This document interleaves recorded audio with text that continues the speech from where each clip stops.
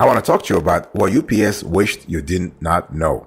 In today's conversation, we want to have a clear idea. We want to have a clear conversation about things that UPS wished you didn't know. So the first thing you need to really have a clear idea about is that UPS drivers are always being watched. I mean, this is something that's really has been known for a while now, and there has been media reports about the fact that there are cameras in UPS cars, and it's really important to understand that if you are a UPS driver, and I'm not talking about just being an in-house UPS driver. If you are a UPS owner-operator, in other words, you're working with UPS as an owner-operator, as an independent contractor, doesn't matter, your car, the vehicle you're driving will have cameras in the car. And this is how UPS is actually tracking productivity. Now, is this an invasion of privacy? Not really. I mean, UPS just wants to make sure that its fleet of cars is being optimized in real time. We're talking about real time. So UPS will not want folks to know about this because it doesn't really send the right signal. People are thinking, well, big brother watching whatever. So yes, so the first thing is, as a UPS driver or UPS drivers in general are always being watched. And I mean 24/7. If you're driving for UPS, if you're doing OTR for UPS, if you're driving in an urban area, if you're driving a UPS truck, whatever it is, you are being watched 24/7. The second thing here is that, when we talk about the level of comfort in UPS trucks, now some drivers have said it, but it's one thing that you need to have a clear idea about. A lot of our clients, a lot of our business clients tell us that, hey, listen, those UPS trucks are big brown microwaves. In other words, the temperature in there is just crazy, especially in the summer. It's just crazy. So now, is it comfortable? Not really, but it is a job. I mean, is every job comfortable? Not really. So it's one of those things you have to be clear about. You have to have a clear idea about, so your expectations are reasonable. Okay, you're not going to have a level of comfort in those trucks at all. So you want to brace yourself for very harsh conditions, especially in the summer months where temperature can really go all the way to 100 degrees. Okay, so we're talking about you actually taking care of yourself. So don't think of any level of comfort having a fan. Of course, you might have a fan to sort of give you some extra air, whatever. But yes, it is what it is. By the way, boss, welcome back to the show. Really, it's a pleasure to have you here. We are having a quick conversation about things that UPS drivers actually need to be aware of, and what UPS wished you did not know. Another thing that UPS wished you didn't know is that UPS drivers actually will go to boot camp every now and then. And again, we're talking here about UPS in-house drivers, but also UPS owner-operators. So if you're UPS service partners, you are going to go to boot camp. It doesn't matter, how good you think you are. It doesn't matter how great you think your driving is. You are going to go to boot camp, and some of those boot camps are not easy. In other words, UPS just wants to optimize its workforce, and so it has like a battery of training programs every now and then across the country and across different levels of driving experiences. So it doesn't matter if you're a newbie, it doesn't matter if you're an experienced driver, you are going to go to a boot camp at some point. And especially if you are a UPS service partner, you are going to go to boot camp more often because UPS relies on your operation to sort of, take care of its last mile or its middle of the mile sort of program. I mean, UPS does a great job when it comes to first mile, but when it comes to a middle of the mile or last mile, UPS relies a lot on its drivers, but also on its service partners. So this is one of those things where you have to be really clear about. You have to really have a clear conversation about. And one thing I want to say also is that you need to have UPS drivers do not turn left. This is something that people have talked about, but this is really true. So if you are a UPS driver, you have to be aware of that. You got to have a clear idea about your driving instructions, and it's really important to understand that UPS is telling its drivers not to turn left because of optimization strategies, and this is something that has been documented over and over and over. And the cool thing here is that UPS has seen results for the last few years in that strategy after implementing that strategy. The thing is that some drivers are telling you that not being able to turn left can be a little detrimental for the driving abilities, and it's not always something that you want to go into. So, but again, it is what it is. It's something that UPS doesn't wish everybody to know about because it might create some discomfort among drivers, but also among the unions, among other people, among the general public. But again, this is something that's done for optimization level. By the way, boss, I want to quickly remind you of today's topic. We're having a conversation about what UPS wished you didn't know. What you really need to think about here is that if you are going to drive for UPS, you have to be very, very careful about not driving in reverse. Okay. And again, this can be a little discomfortable for some drivers. And, but you are forbidden actually from driving in reverse. This is something that's really, really discouraged. And UPS is really making sure that drivers are paying attention to that, because it is actually lowering the optimization levels that UPS wants to see in terms of productivity, in terms of revenue, but most importantly, in terms of punctuality. See, the thing is, if you are driving for UPS, either as an in-house driver, or let's say as an owner operator, as a UPS service partner, you do have some productivity goals. You do have some delivery quotas. You do have some what they call efficiency quotas. So those will actually, like, for instance, they can tell you, listen, you have to deliver, let's say 20 packages a day, or 40 packages a day, or 100 packages a day. And you need to actually drive in a certain way to actually be able to reach those goals. Otherwise, you are not going to be performing. And if you can't perform, well, your position within the firm is in jeopardy. The thing here is that if you are a driver, you have to be clear. You have to adhere to those driving, like not driving in reverse sort of instructions, so that you can actually move up. And another thing that UPS wished a lot of folks don't know about is that seniority means better routes. Now, UPS is all telling people, we are all fair, whatever, the way we distribute our routes is fair and equitable, whatever. But that's not the truth. That's not the truth. If you are like, this is not a fair process, and it's never been a fair process.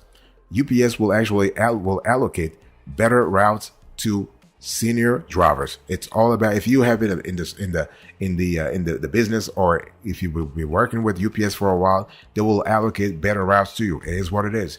Don't listen to folks telling you, you stand a chance. You, as a new UPS service partner, you also stand a chance to have better routes. It doesn't happen.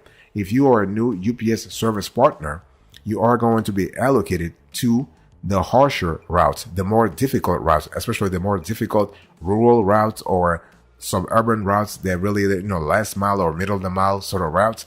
That's what you are going to get. Now, UPS does not want you to know that, because it really, again, sends the signal of unfairness in the process. No, it is not a fair process. It is what it is. We're talking here about business. If you have been around for a while, I've seen you so many times in the kitchen. Of course, I'm going to give you the better, the better pieces, the better dishes, the better meal. Okay, and it is just what it is. It is just what it is. Don't let anybody fool you that, hey, listen, yeah, you also stand to have. If you are a new UPS service partner, you are going to get better routes. You're not going to get better routes. It is what it is.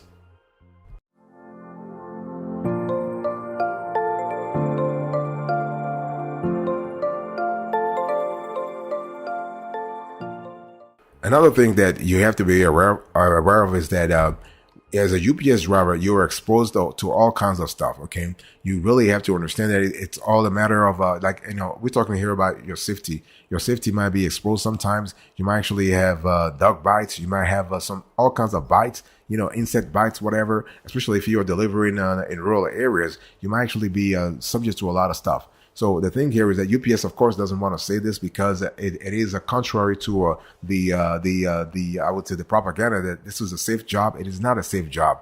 Being a UPS driver is not a safe job. It is a challenging job. It is a difficult job. It is a complicated job. But you gotta really just soldier on. But the more you know about this beforehand, the better it is for you. One thing I want to say here is that you need to understand.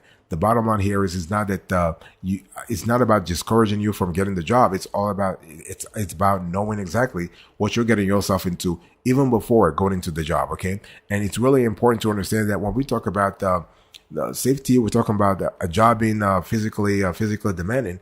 We're also talking about the fact that you are going to have situations where you might have to, for instance, you might have to go to a building like actually. Walk 20 stairs or 30 floors, rather 30 floors to go deliver something because the elevator is not working.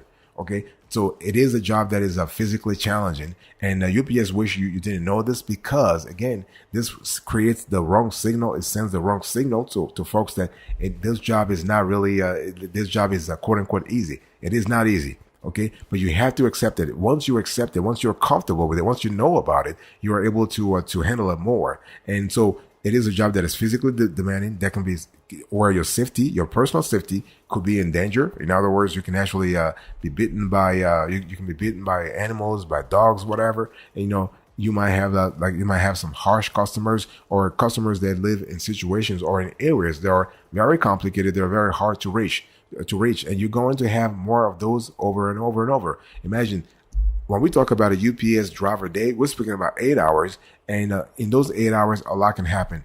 And again, everything I'm telling you, this applies not only to UPS in-house members, in-house drivers, but also UPS service partners. In other words, UPS owner-operators. So you need to know about this. By the way, boss, I want to quickly remind you of today's topic. We are having a conversation about what UPS wished you did not know. A few things that were on the negative side. And, but I just want to close to this conversation by giving you a few sort of, I would say, items of hope. So there are, on the positive side, there's stuff that are happening within UPS that are really great. We love sharing stories of goodies with folks. So on the positive side, the good thing is that good UPS drivers get rewarded. This is just fantastic. If you've been with UPS for a while and you've been doing a lot of good work, whatever, you will be rewarded. It's one of those things where UPS will not only allocate the better routes to you, will actually will promote you. We're talking about having bonuses, incentives, and it's one of those things where you might actually be you might be seeing your family more often. You might be working home. Like if you're doing OTR for UPS, then you might actually have to think about how to get things done properly. It's one of those things where you have to be in a situation where you are constantly sort of finding yourself challenged. But then once you actually if you have been a good UPS driver for a while, you can actually now, find a way to get things done properly. And this is kind of cool. And one thing, and again, we're speaking about UPS giving you a better route, but also a better sort of task allocation sheets. This is kind of cool. And one thing we'll love also is that you are able to basically enjoy yourself more. By the way, I just want to say that when we talk about good UPS drivers, we're talking about your driver safety records should be impeccable. Okay, 0 accidents, no sort of a crazy thing while at the wheel, and so on and so forth. And so the thing is that you probably have heard also about the bomber jacket. So if you're a great UPS driver, you will get a bomber jacket. This is kind of cool. So you're able to actually, basically you'll receive a special patch and also a bomber jacket. Again, it's just a UPS way of congratulating you and saying, you know what, job well done.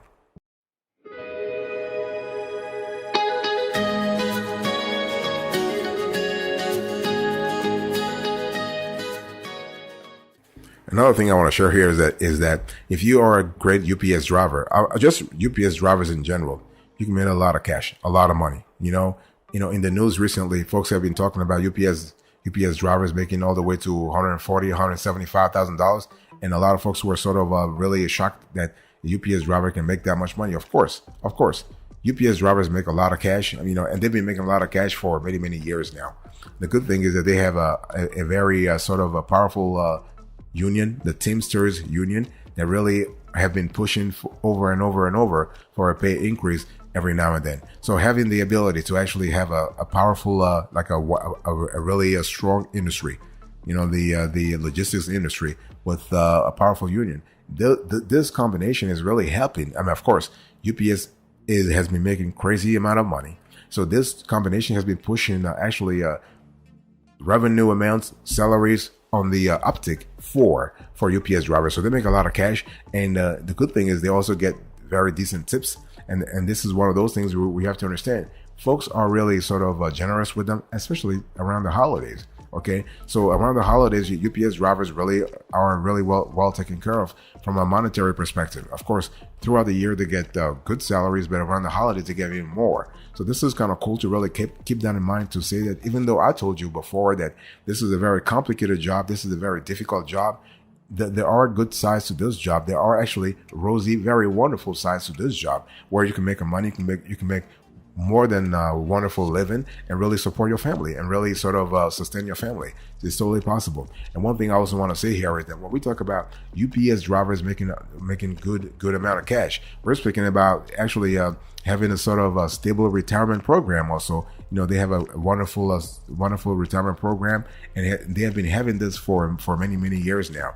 One thing I need to say before closing this section is that the money that you make at the UPS, actually the attrition rate at UPS is very low. In other words, very few drivers leave the firm after 5 years. I mean, you might hear stories every now and then about the firm, but the level of loyalty is very high.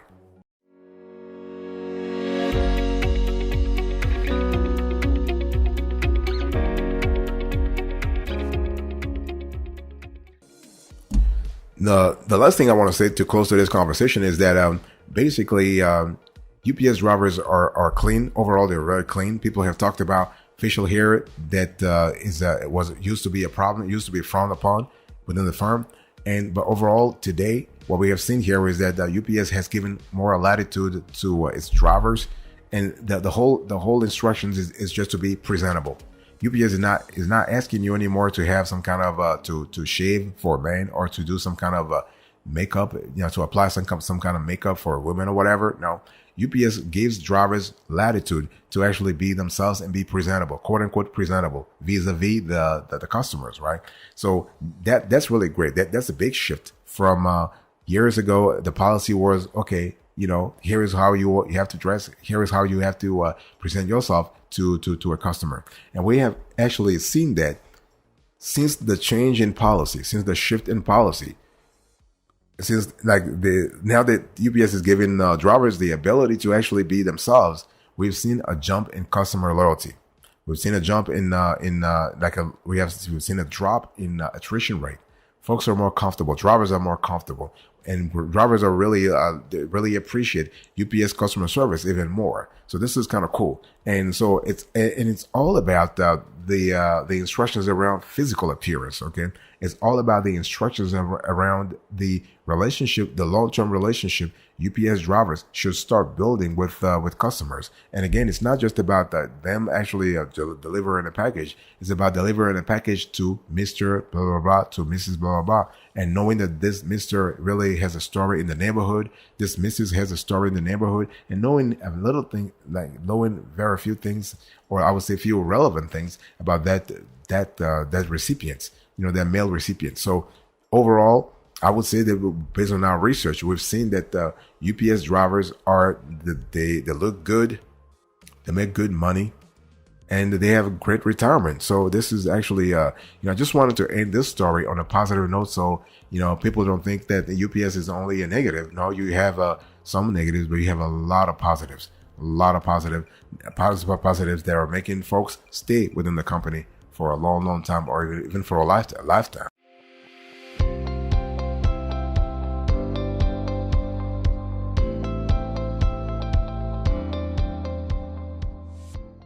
Thank you so much for your attention. I really appreciate it. In today's conversation, I share with you some of the things that UPS wished you didn't know about the firm. And I just ended the conversation by telling you a few good things that, UPS wished you knew about the company. Thank you so much for your attention. God bless you. I will see you another time. But until then, remember, stay marvelous.